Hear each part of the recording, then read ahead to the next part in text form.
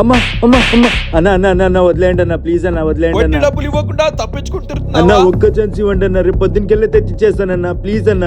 రేపు గనక తెచ్చిలేదనుకో మీ ఇంట్లో నుంచి ఈడ్చుకుని వచ్చి కొడతాను రా కొడక నిన్ను. అబ్బా ఇప్పుడు డబ్బులు ఎలా అడ్జస్ట్ చేయాలబ్బా?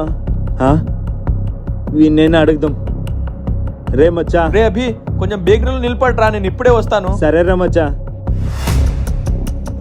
డబ్బులు రేపు ఎలాగో వాడికి వడ్డీ డబ్బులు కట్టేద్దాం. రే మచ్చా, డబ్బులు తీసుకోరా, ముందు ఆ వడ్డీ వాళ్ళకి డబ్బులు కట్టేయ్. నీకెలా తెలుసురా మచ్చా? నేను చూశాను రా, ఇప్పుడు డబ్బులు తీసుకొద్దామని ఏటీఎంకి వెళ్ళాను. రే మచ్చా, సారీ రా మచ్చా. సారీ ఎందుకురా?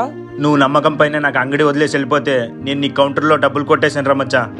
పర్లేదులేరా, నీ సిచ్యువేషన్ అలాంటిది, ఇంకెప్పుడు అలా చేయకు.